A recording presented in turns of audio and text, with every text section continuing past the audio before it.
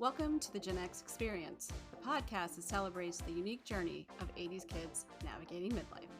I'm your host, Blythe Alperin. Each episode, my guests and I will share with you the unique differences that define our generation and how we are navigating those differences in the real world. Join me for laughs, insights, and a sense of community. Let's embrace the Gen X Experience together. Welcome back to the Gen X Experience podcast. This is episode 40, and today we are diving back into perimenopause and menopause. If you don't know, October is Menopause Awareness Month. We talked about this subject last year, and I thought it was appropriate and needed to revisit it this year. One, because I'm still dealing with it, had some changes in medication and things, and still trying to get that protein. Feel like it's a part-time job, but I thought it was important because we are still going through this. This is not like a one-time thing. And I also hope that these conversations help millennials and younger generations who might find this at some time, because every woman is going to go through menopause in some varying degree. And Gen X is leading the charge, and I think it's good, and we need to keep talking about it. Today, I have a very interesting interview with Dr. Betsy Greenleaf, and we're going to dive into talking about Gen X's influence on the conversation of perimenopause and menopause, talk about how the medical community is handling this, how they're advancing, changes we can expect.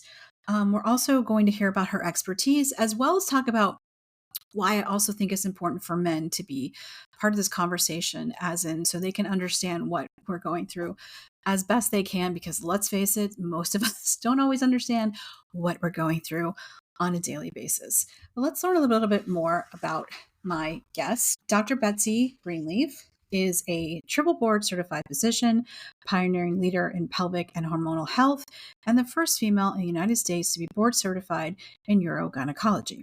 With over 2 decades of clinical experiences, she empowers busy people to reclaim their vitality with pelvic peace, hormone therapy, magnetic confidence, and a touch of sexy sizzle. Her work is rooted in integrated personalized care that goes beyond symptom management. She helps patients uncover and address the root causes behind hormonal chaos, energy crashes, belly bulge, brain fog, libido loss, and more. She's a best-selling author, award-winning speaker, and innovative entrepreneur, and she's spent her career making taboo topics like pelvic health, aging, and sex feel empowering, not embarrassing.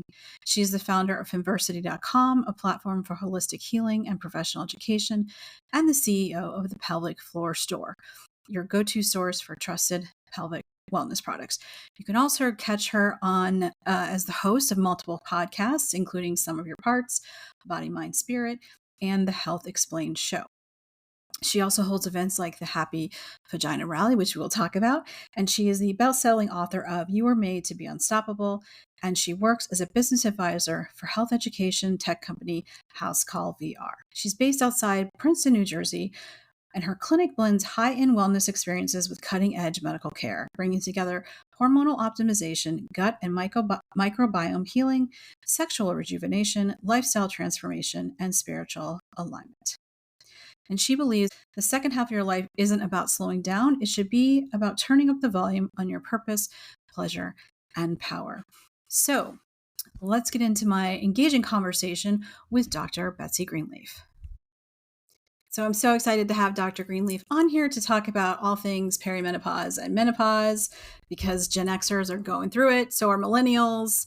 And it's not too long before Gen Z will be entering the age where they can start going through it as well. So I wanted to talk about, speaking of Gen X, I wanted to talk about, with your expertise, because you've been a doctor for over 2 decades. And I wanted to ask you, have you noticed differences in the conversations around menopause, say back when you started your career versus now, where Gen X is like, we are not staying quiet? Yes, definitely. I think probably the big push of why menopause is really kind of having its moment right now is because of Gen X. Because, unfortunately, being trained as an OBGYN, we never got any training in menopause, like literally one lecture out of my whole entire residency. And so I ended up having to learn it on my own with my patients, like when I was practicing. And there really wasn't even a lot of information. Like I even joined, and I'm going to throw them under the bus and they're going to be mad, but it was it's now the Menopause Society. It used to be the North American Menopause Society. And I joined them trying to find out more about menopause and especially how to do hormone therapy. And I really, I came out of residency right when that Women's Health Initiative study came out. So, right when everybody was really getting scared of hormones. So, none of the organizations were really willing to talk about the use of hormones on anyone. So, it was kind of like this Wild West of trying to figure out, like, well, what do we do with these, patients and people now? And now I'm that age. So I think it's really been Gen X that's been pushing and been like, okay, we need more conversations about this. We need to know what's going on. Like, we're not going to be quiet, and really demanding this to come to the forefront. Um, so there's good and bad though. Like I'm glad we're doing it and we're glad we're having the conversation, but on the flip side, there's some things I'm starting to see right now that I don't like is because menopause is really like the hot topic right now. Um is that marketing is kind of realizing this, and Mhm. they realize, oh, wait, like menopause is trending. We can sell now menopause. So we can take our items or products that were just regular products, slap a menopause label on it, and now we can go sell a menopause product. And so, and they realize that unfortunately, us Gen Xers that are in this, time period, and when we grew up, we probably have had careers or have some money, and so we're more likely to spend, and we're a very large group of people. We're more likely to spend on things that are all of a sudden something that's going to cure or make menopause or perimenopause better. So it's tough because I'm glad we're having the conversation. At the same time, it's now anytime something becomes popular, you're always going to have the snake oil salesmen that are going to sneak in there and start trying to start selling us stuff. So as consumers, it's hard to figure out like, well, what is it really? Should I be paying attention? What do I really need? And that can be challenging. Yes, and as someone in advertising, shame on my people. But I mean, I'm more aware of it. I worked in pharma advertising for a while, so I know like a little signs, or at least how to look for things. And I do pay more attention because there's so much misinformation in beauty and health. And I noticed that too, that we're, because we don't know that much about it. We're going through it and we're suffering. So we're like the perfect target to sell things to. And then you have these wellness gurus that get online. And then you have, trainers, a lot of them are men that are trying to tell us like how to work out in perimenopause and whether it's a thing or not. I'm like, nobody asked you because you don't go through Yeah, this. But yeah, I've noticed that too, that it's like the big hot topic. So brands want to jump in on it, and whether their products are right or not, or whether they have any understanding, it's hard to be discerning about what they're selling. And exactly. I want to go back really quick to the conversation about, you mentioned that, doctors don't really get any training in perimenopause and menopause. And it's so interesting because I watched the M Factor documentary last year, Yes.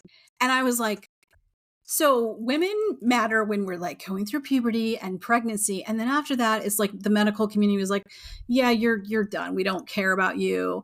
And meanwhile, like you'll spend more time going through perimenopause and menopause than you ever will, pregnant or really in puberty either. And it's kind of interesting that they're not helping doctor. You go to medical school and you're like, like, do you think that's going to change or is changing now? I think there's a big push to change, but I also saw a study recently that said like only 23% of graduating residents feel comfortable discussing midlife um issues, especially menopause. So it's getting better, but it isn't still there. And when you start to ask the medical schools and the training programs like, why isn't this an issue, their answer has been in the past, which is absolutely insane. And so all you Gen Xers, we need to rally behind this one. The answer is like, well, there's just only so much that we can fit in the curriculum. And Okay. to your point, there are more women who are like beyond like their reproductive years that are living in the United States, so it's not, and we're living longer. So this is something that needs to be talked about, and it's not going away, and we're not sitting, I always say it's not your mother's, menopause. Like, we are not staying quiet. So it's very important. The one thing I'm battling now, maybe you can help me figure this one out. So when I tell women that that I've opened a menopause clinic, when I talk to my 60, 70, 80-year-olds, their response is, honey, I've already been through that. And so one of the things I want to educate people on is yes, the transition of perimenopause into menopause and beyond. That's when people tend to have more suffering, if they're going to. Not everybody has a hard time, but like, if they're going to, the transition is going to be the harder part. And then when you're on the other side, it's not like your health conditions, your health concerns change. You still have the same health concerns of being beyond your reproductive years. And I try to explain it like, if you were a caterpillar before in your reproductive period, then that perimenopause, menopause is kind of like you're a cocoon, and we know that when a caterpillar is going into a butterfly, it's a crazy process on the inside. Like, that butterfly's body is like breaking down and reorganizing, and it's pretty traumatic for a butterfly. So it's definitely what we're going through. We're breaking down our identity, our hormones are breaking down, things are changing. We're like, who are we? Where are we? What are we? And then on the other side, you're a butterfly, and you're a butterfly for the rest of your life. It's not like it was like, okay, well, one thing happened and boom, you went through menopause and it's done, and you don't have to deal with it again. Like, you still have the same health concerns of those hormones being low. So and I think the biggest problem is our language, because the word menopause, all it means, pause means stop, like cessation, like stopping of. And meno is from menarche, or which is blood. So it's basically just a stopping of the menstrual period. So that's the word that we have. So I think in the English language, our word is terrible. And then I've been trying for years to try to come up with a new word, and I haven't been able to do it yet, because I would love to, and then figure out a way to market that word. But in Asian cultures, the word that they use for menopause translates into second spring. And Which I I think love. that's so much more empowering, because it's not just an end of the period. I mean, yes, it is. And yay, we got one Right. thing good. But Yes. it's like it's a whole new transition. It's a whole new life. It's a whole new set of body rules. But this can also be one of the best times of our lives. So yeah. Yeah, that was the one thing I really loved in the documentary was, because when you're going through perimenopause, you're like, this is never going to end. What is this new symptom that I have? Like, the weirdest things can happen. Because, growing up, we knew that we would go through menopause, but we always thought, I guess it'd be much later in our lives. And all we do is stop having our period, night sweats, mood swings, and maybe have a dry vagina. Like, that's, but Yeah. no one talked about the other symptoms. And so, it's just crazy that at least I watching that documentary when they talked about the brain and how once you're done with all this craziness, your brain improves. And I'm like, which is so nice, because as we get older anyways, you start having some brain issues. But as women, when your hormones are fluctuating, you're like, what am I doing? Why do I feel this way? Why am I angry? Why am I sad? Why can't I remember things? Yes. And it's Why very am I crying at commercials? right. Yes. Why am I raging on a Been there. yeah. Oh yes. Crying over things. I'll watch something on TikTok that's here's these stuff, a video, a compilation of 80 stuff, and I'm just bawling. And I'm like, and then I look in the comments and I'm like, okay, I'm not the only one that's having a meltdown right now. But yeah, I think that's one of the things too that you hear Gen X women talk about is we had no idea this was coming because our mothers didn't talk about it.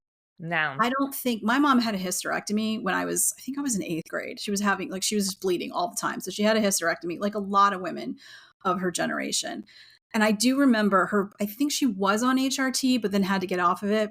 And I remember watching her suffer with some mood swings and like getting hot and some other symptoms. And I remember at one point being like, Mom, I love you, but you are real unpleasant and you're suffering. And please, please go do something. But I got like, it was a scary time. And unfortunately, as you know, this has continued to affect women where, what is the statistics? Like, it's the rate of how much things dropped off from that study of women going on HRT is crazy. And the other thing I noticed too is like, it doesn't just impact gynecologists, but like pharmacists Yeah. and general doctors also don't know anything about it. So they're imposing their views when you might have gone to your gynecologist and they've got you on a plan. So do you find that's like hard too, to like when you're dealing with women who talk to other people and then other doctors and then they Oh god, get all yes, confused? especially, like, putting people on hormones and then they see their cardiologist and their cardiologist gives them these horror stories that they're gonna have heart attacks, and then they come back to me and I'm like, "Oh, that's such old thinking." And because really what happened, so the Women's Health Initiative, which was the big study that blew it all up, came out in 2001 in the New York Times. That was the problem. It was kind of like if something came out bad today and got put out on TikTok or Instagram and went viral, like the effect would be crazy. So it got published in the New York Times. It was even then it kind of got blown out of proportion, but nobody really knew. All we knew is like one day we were telling women, take hormones, it's going to keep you young, it's going to keep you healthy. And the next day we're like, no, don't take your hormones, it's going to cause heart disease and cancer and all these bad things. So you had a lot of like women being yanked off their hormones around that time. And so there were a lot of hot flashing, pissed off menopausal women.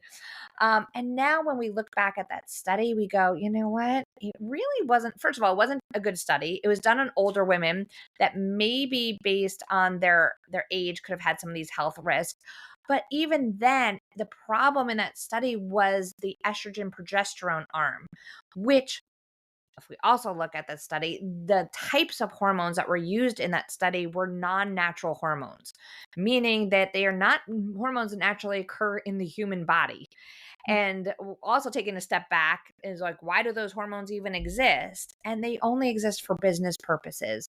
Not that I'm going to vilify the pharmaceutical companies because they were doing what a business does, which is invent something that they can protect with a patent and then sell. You can't patent naturally occurring hormones. Anything that naturally occurs in the body, you can't patent it.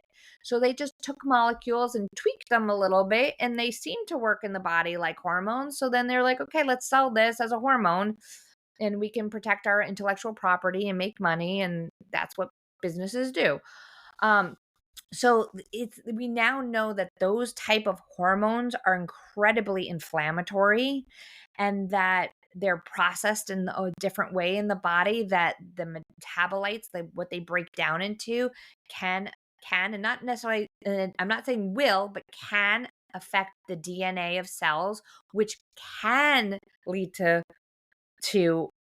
cancer. It doesn't necessarily, like, you could take those hormones and not get cancer, but there was a higher risk that we know that they can process down that pathway. So they do, because they're inflammatory, they could lead to more blood clots and stroke and heart disease and cancer. So it was really in the progesterone and estrogen arm that was the problem. In the estrogen only arm, even though those were still the non-natural hormones, they never really made a big deal that they saw an improvement in colon cancer, an improvement in bone health with those. So it's just, even then, I heard recently that even the risk of breast cancer in those in that study, I think it was only like a 23% increased risk of breast cancer. And so when you looked at the statistics, it didn't really work out to be that great. But I think with what we know now is that there are natural hormones that don't react in the body the way they should. Unfortunately, we have a lot more research on them. So those are the ones that tend to get supported. But I think using the natural hormones that don't have those inflammatory issues are the better way to go. I think the non-natural ones are actually criminal that they're still on the market, but I don't see them coming off the market anytime soon. I just try to encourage people to use the natural occurring hormones. And some people refer to them as bioidentical. I like to call them, I just feel like that word's been overused. So I like to say natural or bioequivalent. They're equivalent to what's naturally found in the body. So And it's so interesting too. I mean, we are half of the population and women's health gets ignored.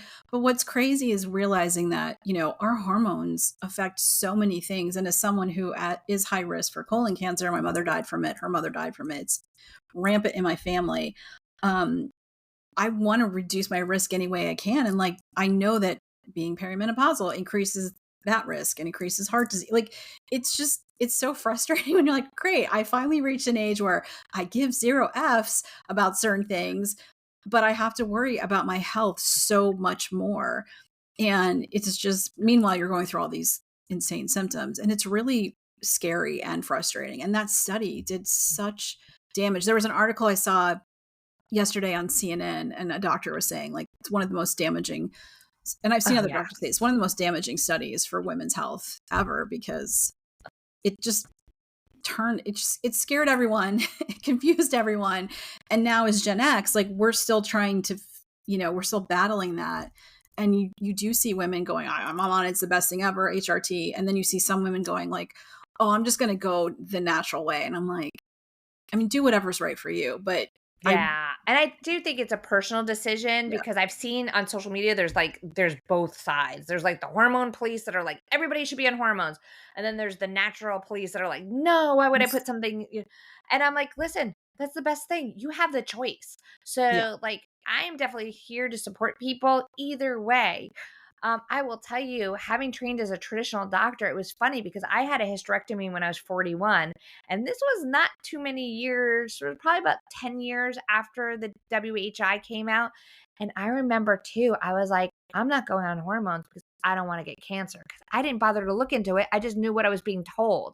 So right. I went 5 years without hormones. And finally, I got to the point where it's like, I don't care if it causes cancer, if I grow another head, like, just give me those hormones. And now that I've had the time to calm down and dive into the research, I realized, wow, you know what? That was another thing. If you're not on hormones early in that menopausal transition, you don't, the thought is you might not get as many benefits as if you start it later. Um, the other argument that comes up all the time, because our big organizations like the American College of OBGYN, everybody, they got scared too. So nobody knew what to recommend. So their recommendations have been, and I don't believe they've changed it anytime recently, has been put people on it as early as possible and then get them off as soon as possible. So there's this thought of like, okay, you got to go on and then off. Well, we also know in like the integrative and functional medicine world that there's really no reason to stop unless it's just personal decision. So you could be on them your whole entire life. And so like I will do that with patients. Sometimes they'll come in and be like, hey, I've been on these for a while. Should we try tapering off? And I'm like, we'll have a conversation. What are you worried about? And then, we'll go, all right, well, if that's something you want to try, we try. And then some people get to a point, they're like, yeah, no, I think I like them. They stay on it. Or sometimes they come off and they're fine. But that's also another personal decision. There's no really, you have to get off at a certain age or ever stop them. So, Right. yeah. And whatever decision you make, I think the best thing is to make sure you talk to your doctor. Talk to a doctor that's like Yeah. going to listen to you, not gaslight. You're going to have an understanding so that you can make a decision that is best for your health and, for your peace of mind, and not do I mean, we all, the whole do your own research. Do not go on Yeah. WebMD. I learned this when I was in pharma advertising, like, just avoid WebMD because you will think you are dying of every Yes. disease. Yes. Do not use ChatGPT. And yes, you can talk to your friends who are going through it, but like, really make sure that you're making a decision that you feel comfortable about, but with as much information as possible, because this is our long-term health. This is not just like Yeah. a cold that'll go away eventually. Like, this is something that could cause, effects now and later in life. And speaking of changes in the medical industry, I did notice, like, earlier, I think this summer, they were talking about, vaginal estrogen, and now they're trying to change the black box warnings, which, if people don't know, black box warning is like the highest level of warning you can get on a pharmaceutical drug. Like, I worked on OxyContin, and it had that Oh, on it, yes. which basically told you how to abuse the drug, which I thought was weird, but like, that's when, like, it's a really scary drug, and they're trying to change that. Do you think that will help women more? Do you think it'll help doctors feel better and pharmacists feel better about prescribing this? I think it'll help the doctors because, there's always, in any industry, there's always like people that are early adopters that do things. And then there's like it's like a bell curve. Then you have like the majority. So like the majority and the late adopters are the people who are like, I need I need proof or I need permission to do this. And so there are doctors that fall personality wise, no fault of their own, into that and they need the permission. So I think, I tend to be an early adopter. So the black box never bothered me because when we put the hormones vaginally, they are getting into the system in such low doses that they're really not going to affect things when you use them like topically and vaginally in those ways. I will say that even though like the companies that make these products say like, oh, it's not detectable in the blood when you put it on vaginally, I've had people that have used vaginal estrogen and have ended up with breast tenderness. So I do believe some gets into the system, but they were, it was also going back to the Women's Health Initiative. If it had estrogen in it, they were putting like all the warnings, whether you're taking it as in a form that would go through your whole system, or if you were taking a form that just pretty much stayed in the vagina. They were like, the black box was like cancer and heart disease and stroke and, and yeah. So I think it's kind of, it'll just give permission to some of the other doctors that have been scared to use it. So, and it's been tough because I mean, even the gynecologists or the ones that should be comfortable prescribing this stuff, they've been really like everyone's been just so scared because I think as a doctor, it's like first do no harm. And so it's like, I don't know, like the study came out and I don't know. So I just won't do anything. And that's been the response that we've gotten. And, women have been told to kind of like grin and bear it or here's some antidepressants to deal with things. And, so I think, especially the FDA had a panel hearing this spring on menopause. So I think, there is a big push for all this to be changing and for us to get some real good information out there. So, Yeah, it's interesting. I've seen conversations online about, boomers, silent gen, and I guess the next would be like the greatest generation that never, like, well, did they go through menopause and did they have all our symptoms? Why is it I'm like, because they didn't talk about it. And so I guess to answer people's, people are wondering like, is this something new with the symptoms of like, frozen shoulder, itchy ear? I mean, when I work out, I need a Kleenex next to me because my nose just starts running, or, your joints, like there's so many symptoms. So do you think those other generations, like, did they just had no idea that they were feeling this way? They just were um, told to suck it up, or? I think they were going through it, but they also didn't have the stressors that we've had. So stress is going to make anything with hormones 10 times worse because the process in the body for hormone production and stress hormone productions are in two separate like pathways. So interesting enough, like in a relaxed state, your cholesterol, which often gets vilified, cholesterol is actually a hormone, cholesterol will come down and be made into your sex hormones. So even when you go through menopause, it's not like all your hormones just automatically disappear. It's just your ovaries have kind of gone into retirement. We still make some estrogen from our adrenal glands. We still make testosterone. We still make progesterone, not as much, but also fat tissue will make some hormones there. So it's not like all of a sudden one day you have hormones and the next day you don't. You're still making some. It's just not enough to really do the trick.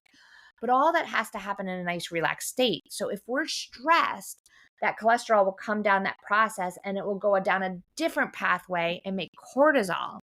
And Mm. so, in very tiny spurts, cortisol is good. It keeps us alive. It keeps us, it's like survival mode. Because if we were walking across like a field of grass and out jumped a lion, we would not want to be reproducing or digesting or healing, which all happens in that parasympathetic nervous system, that relaxation state. We wouldn't want to be making our hormones.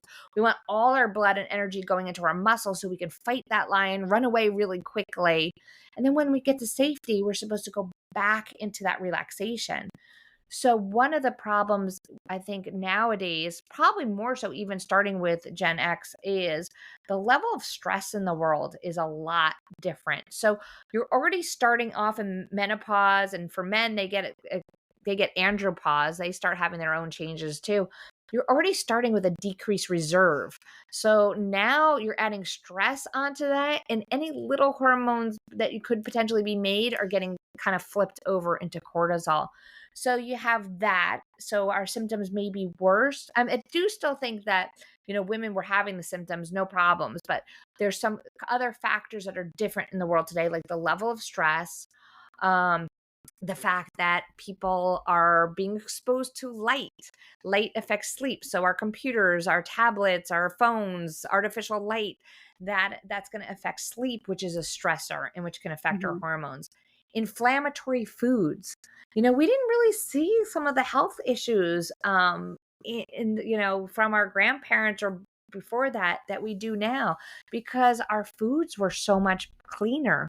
With insecticides and pesticides we have on our foods, and just inflammatory foods like processed foods, and and high sugar content, that is actually a stressor that also can throw off your gut microbiome, which is the bacteria that live in the gut, which all can create stress hormones. So I think as Gen Xers, we're seeing this kind of accumulation of not getting enough sleep, not drinking enough, Right. not eating healthy foods, work stress, career stress, life stress being at such a higher level, adding that to this declining reserve of hormones, and it's just kind of one big one big thing.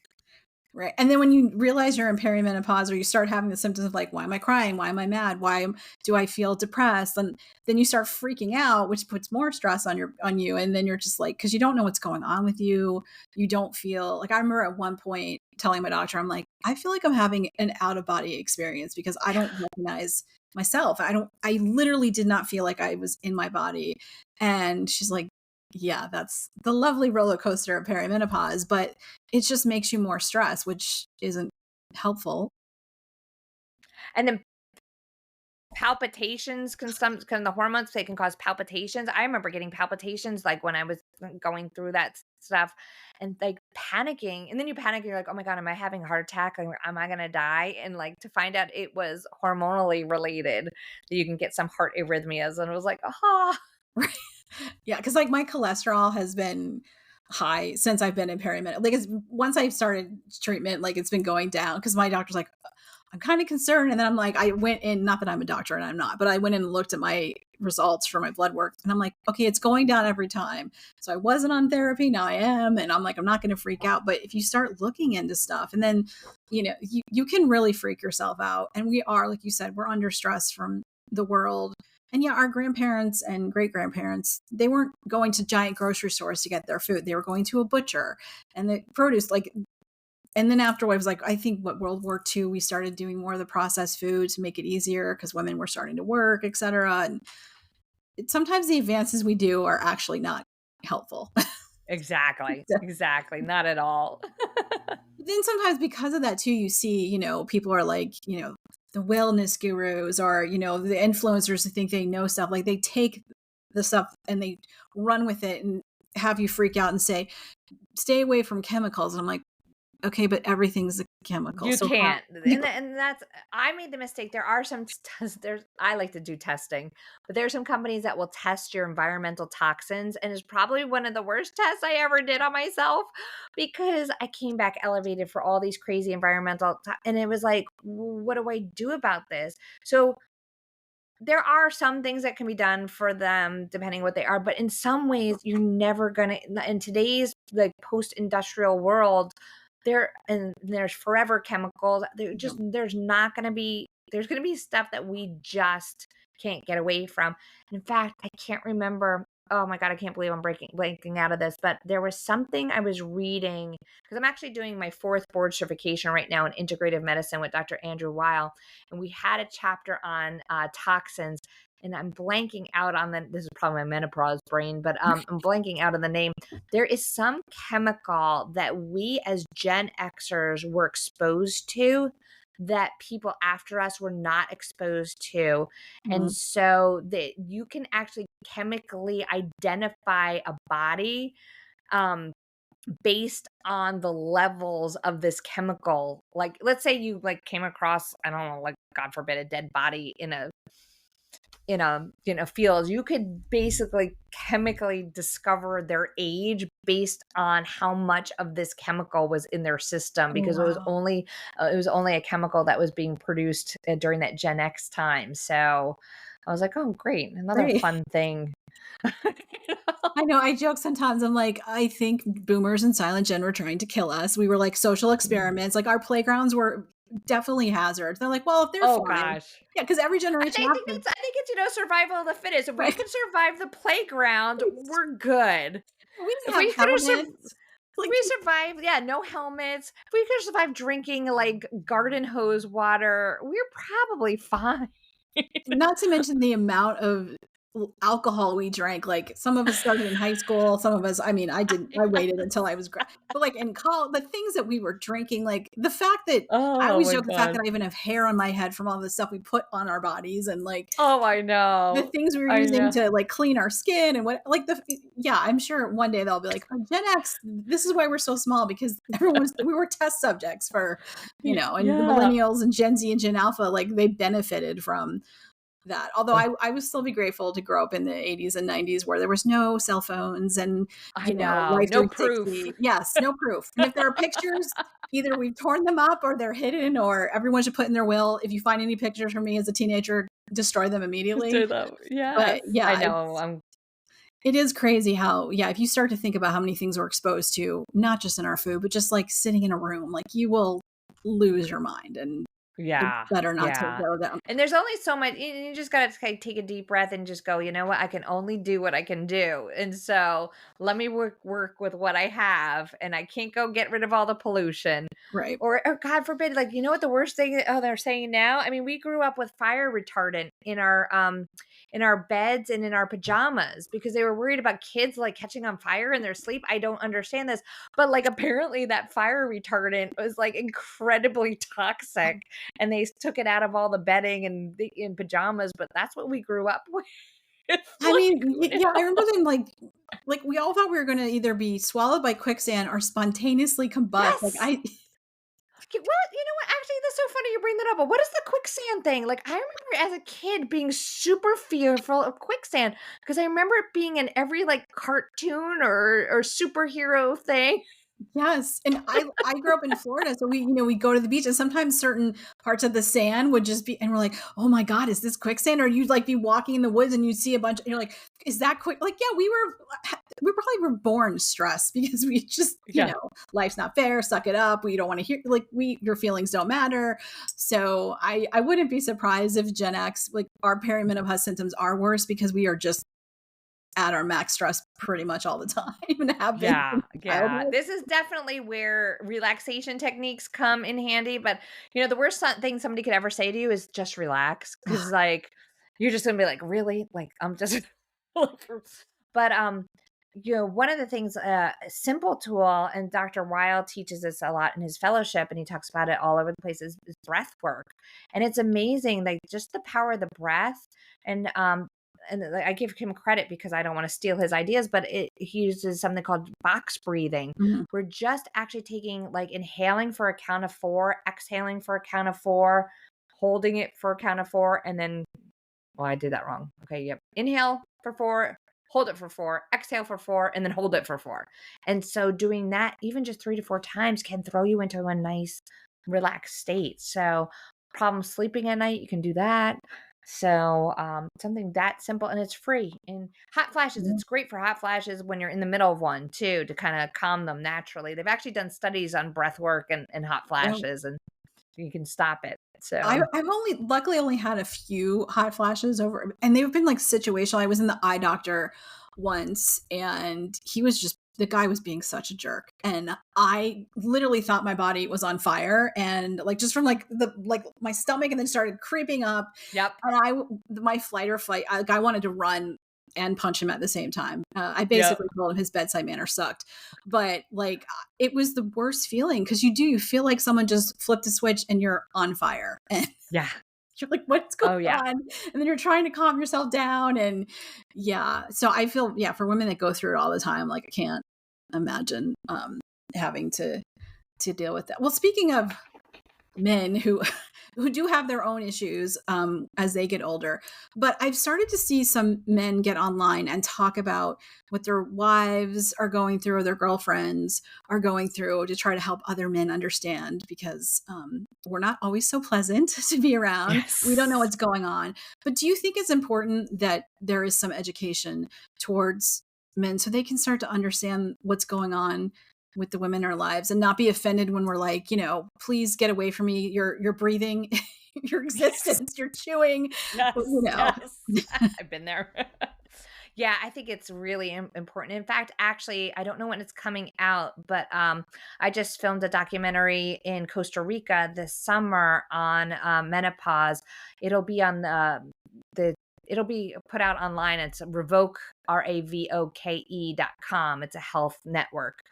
But what's really interesting is the producer, who happens to be Bob Marley's nephew, the way he shot it was different than other documentaries. He shot it like a reality show where a bunch of people with perimenopause and menopause came in to Costa Rica, and then the experts were there. It was kind of like, any of these reality shows, but in a nice tropical place.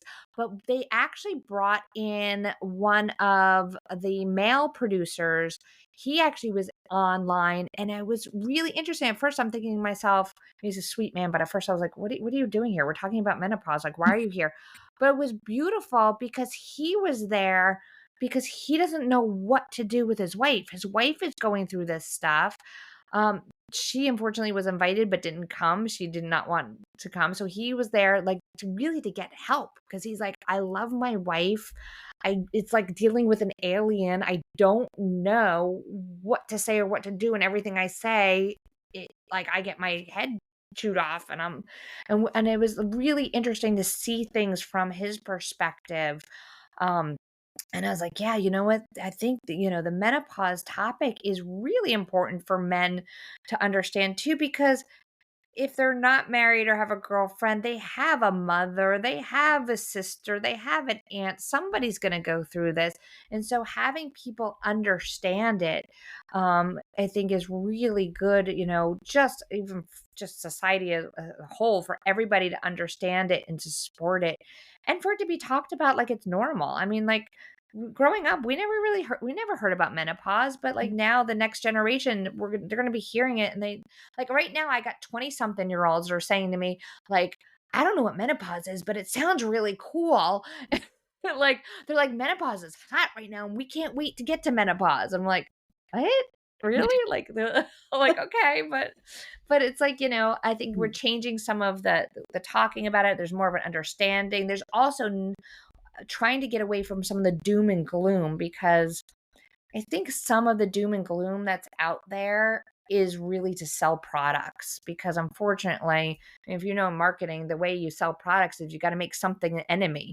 Well, right now, I think often they're making menopause the enemy, when it really should be more of, okay, matter of fact, it's a transition. All it is a transition. Here's the thing, transitions are never easy, but here are a whole bunch of tools that you can get through this transition, and then here are things to do to support you on the other side. And I think it should be really more of an empowering message than like, oh, it's this horrible thing and life is going to change and you're going to be miserable. And yeah. I think Walgreens tried to do that in a recent campaign. I kept seeing it watching YouTube, and I was like, the ad made no sense, because it was like, I thought menopause was going to be like baking in a kitchen and wearing a, I don't know, caftan. And I'm like, what? And they're like, this is so great. And I feel empowered and I feel sexy. And I'm like, what? Because like, yes, there is aspects you feel like, I don't care and I'm just going to be me and I can, but you do also feel off and you want someone to like understand that. But it was like they were trying to just make it like, this is the best thing to ever happen to you. And it's like, really? Really? Have you been in our shoes? Because yes, some women have no symptoms, but some of us have a lot. And plus you're trying to find a doctor who will like understand what you're going through. And I was just like, what are you guys, like, I really wanted to know who did the ad, because I was like, did a man write this? Did somebody in Gen Z write this? Because you got I know. so because it I has know, to be a and balance. it's tough because from a marketing standpoint, it works much better if there's a bad guy. Yes. Like, if people hear like, I've done a couple summits, my first summit that I did, they didn't like the name, but I stuck with it, was the Happy Vagina Rally, and it was really more to talk about pelvic health and women, and all the marketers were like, "No, no, no, you can't go with that name, it's too happy, it's gotta be, like, doom and gloom, and that's gonna get people scared, and they're gonna wanna come to you for solutions," and I'm like, "Oh god, I hate that," but, like, and then we did one, it was like the Sexual Dysfunction Summit or something, like, I don't know, it wasn't that doom and gloomy, but you know, but apparently if you make it doom and gloom, it sells better. But I'm having a hard time with that aspect of marketing. That So seems to be a trend with like fear mongering, fear marketing. yes. And, I'm like, yeah, but a lot of times with that becomes the misinformation, like that, Yeah. this is chemical free. I'm like, that's impossible, or this is bad for you. Nature is better. And I'm like, do you want cyanide? Like, because I know. that's natural. Or you can drink too much water and that can be toxic. And also water is a Yeah. chemical. So yeah, there's like, it goes, sometimes people swing the pendulum way too far. I think there has to be like, we understand what you're going through. Yes, it's not great, but like we can empower you, which I wanted to ask about the happy vagina rally and then your website, Femversity. So yeah, how did you come up with that name? Because I think it's great. If I saw that as a woman, I'd be like, this is hilarious. I want to know what this is because we all would like a happy vagina and happy hormones.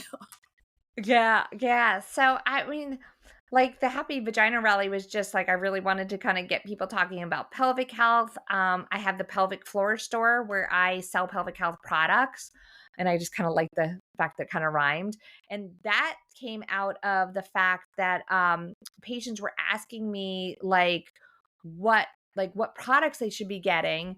And and I was sending them here and there and everywhere. And then one day, a patient said to me, "Why can't I just buy them all in one place?" And I was like, "Huh, maybe I should take all the products that I'm recommending and make a website."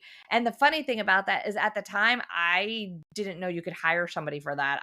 I don't know what I was thinking, so I just YouTubed how to make a website. It took me like 4 or 5 months to build the website, but I started putting products that I like and I recommend to people.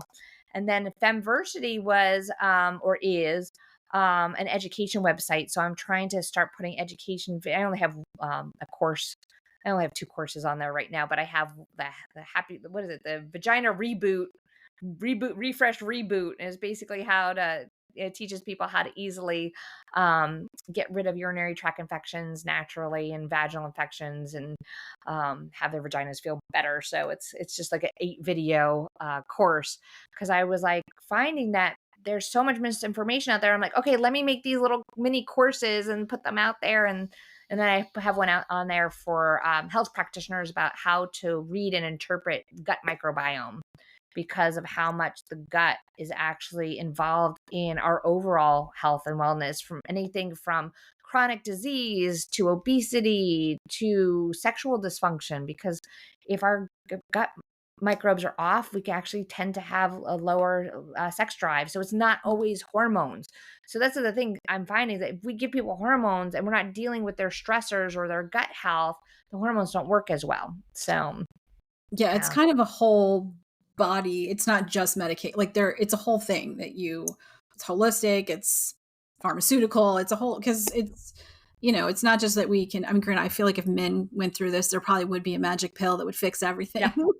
But Yeah. because it's women, we're supposed to just, I mean, it's funny that we're always just told to suck it up. And even our moms would teach us that, like, oh, you have cramps. Well, that's just the way it is. And I'm like, do you feel the cramps that I'm having? Because having to sit through like high school and just feeling like there was someone inside, squeezing the crap out of my ovaries, I'm like, this is really not pleasant. And then having to pretend everything's fine when I wanted to punch everybody in the classroom because I just felt terrible. But I hope that by Gen X speaking up and the millennials starting to speak up, that we can change that conversation around puberty, around menopause and perimenopause, that you don't just have to suck it up. And it's okay to, if you want to be pissed off about it, fine. There's nothing wrong with that. And if you want to get help, like, because we can't just keep doing as women, just suck it up. Like, that's not Yeah. healthy. Yeah. in so many levels. And I think there's going to be a bigger push because of Gen X to do more research. The argument has always been why they don't like to do research on women is because women can get pregnant and because the menstrual cycle is so complicated. And it is complicated. There's like estrogen is high at the beginning of the month, progesterone is high. And those hormones can affect not only our brain function, but they affect like our tendency for our muscles and our ligaments to respond to stressors. So it's research is done on men because men are simple. There's Yes, I said that. You can quote me on that one. Mhm. No, they're just simpler biologically to deal with. So that and no pharmaceutical company wants to be responsible for trying a drug out on somebody and now becomes pregnant and now affecting a child. So I don't know how you get around that, but we do need a lot more research on medications, and just more research on women in general. Yeah. So, yeah. Hopefully we will, see that happen in our lifetimes, or at least in maybe my niece's lifetimes. They're both 12, and I feel like I'm going to be the aunt that's like, okay, you've gone through puberty. Let me tell you what's coming up next and what you need to start paying attention for, so that you don't just one day be like, why do I feel 25 different ways in an hour? And like, why all of a sudden my lower stomach just sticking out for no reason, which that's like one of the things I think that is really frustrating, is just the weight gain for like no reason. Yeah. Yeah. One of the things we're dealing with the weight gain is what ends up happening is after the age of 30, we start losing about 8% of our muscle mass every decade that we live. So you have a combination of losing muscle mass and then both in men and women, testosterone is decreasing. That's going to add to muscle loss.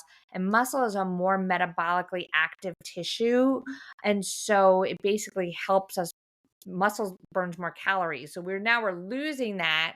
So we're not burning off as many calories. And then we're slowly creeping on that weight that's starting to happen. So really, one of the tricks in that perimenopause and beyond period is we definitely need strength training. So you definitely need strength or resistance training to kind of build that muscle, and you need protein. And so most of us don't get enough protein in our diet. Some of the recommendations are, and depending on which studies you look at, is to get at least a gram of protein in per pound or per kilogram of ideal body weight.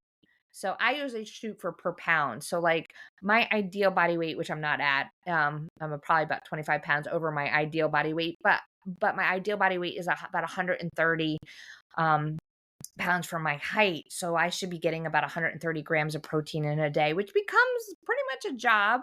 It's Mhm. tough to get that, but that can really help battle that muscle loss, which can then help with with metabolism. So And also, yeah. isn't it recently came out too, just in general, Americans don't get enough fiber, which is Oh gosh, yeah. not great. Like our diets they're not great. They're And you need the fiber to support the healthy bacteria in your gut. And you need the healthy bacteria in your gut to prevent you from getting chronic disease, autoimmune diseases, low libido, recurrent vaginal infections, recurrent yeast infections that all originate with gut bacteria. So yeah, so you need the fiber and fermented foods.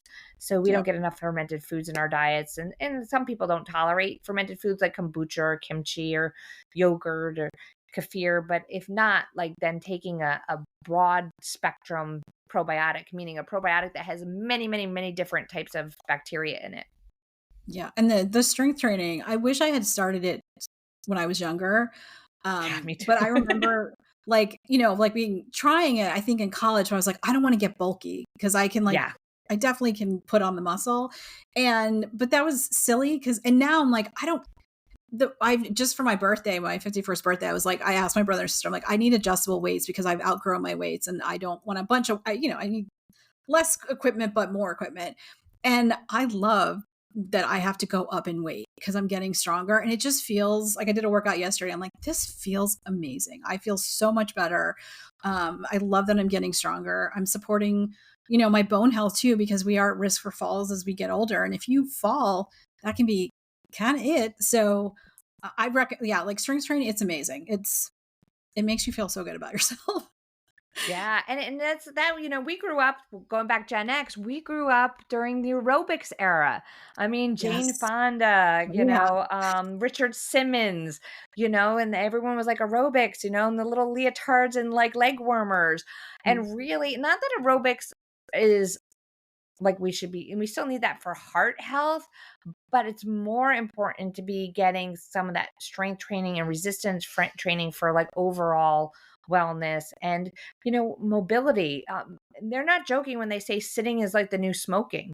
I no. mean, a lot of us are sitting way too much, and there's now all of a sudden you get up and you move and there's a lot of aches and pains, and because we kind of end up contracting like our big muscles in our abdomen and our back, our psoas, and that puts a lot of strain on our backs and our hips and our legs. So the more we get, the more we're moving and doing things. And that's something also that our grandparents didn't do. They were walking everywhere. Yeah. They weren't sitting at desks all day long. They were doing physical labor.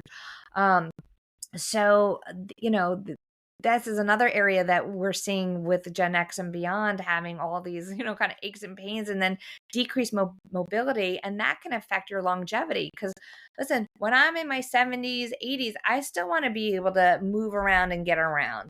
One of my friends, and you can find her on social media. Her name's Sandra Scheinbaum. She's in her 70s. And man, she can run circles around me in the gym. Like she always is posting videos of like things that she's like lifting and doing. And I'm like, I always tell her, I'm like, I want to be just like you when I grow up. And she's this little tiny thing. She's so cute, but she's so tough and vital. And I think it's also just like the attitude, like going in with an attitude that like I'm just gonna live life to the fullest. So Yeah.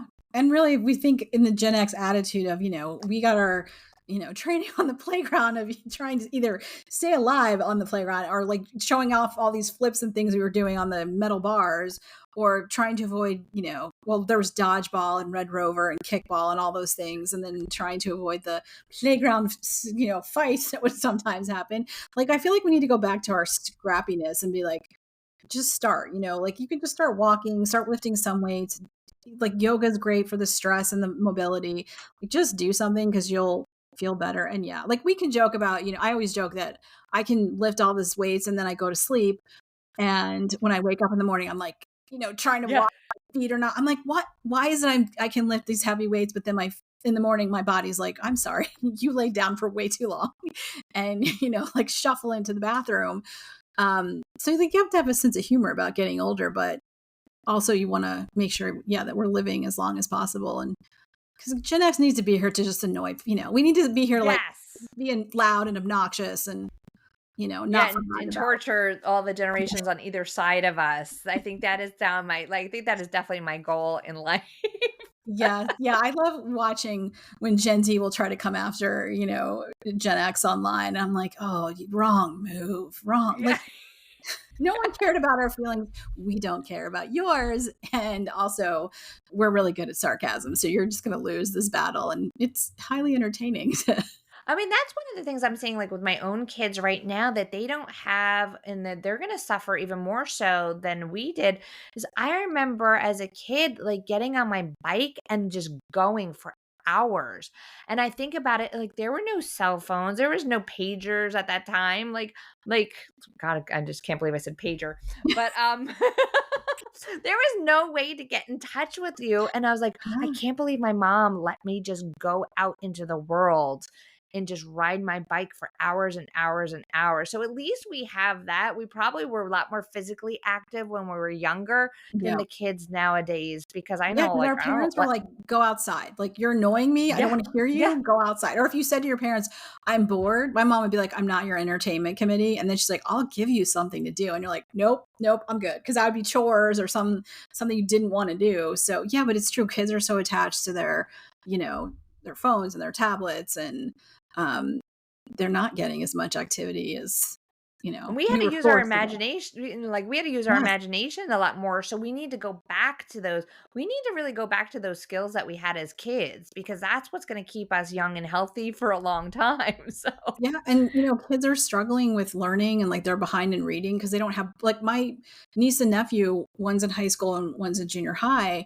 I have another niece in junior, but she just started junior high. They don't have actual books. Like everything's on their tablet. And I'm like, that's really hard to learn. And, they're not right. Like there's something about writing, and everyone has different Yes. learning styles. And I wonder how they're going to, when they get our age, how they're going to deal with, maybe they'll be more empowered, at least with perimenopause and menopause. They'll be like, I already know. My mother went through this. My aunt went through this. My grandmother, I know what to do. And they won't have to like be in the weeds trying to figure it out. But well, thank you so much for sharing Yeah. your expertise and talking about all the world of perimenopause and menopause. And I feel like Gen X is definitely leading the charge, and doctors in Gen X are helping as well. So we're all working together.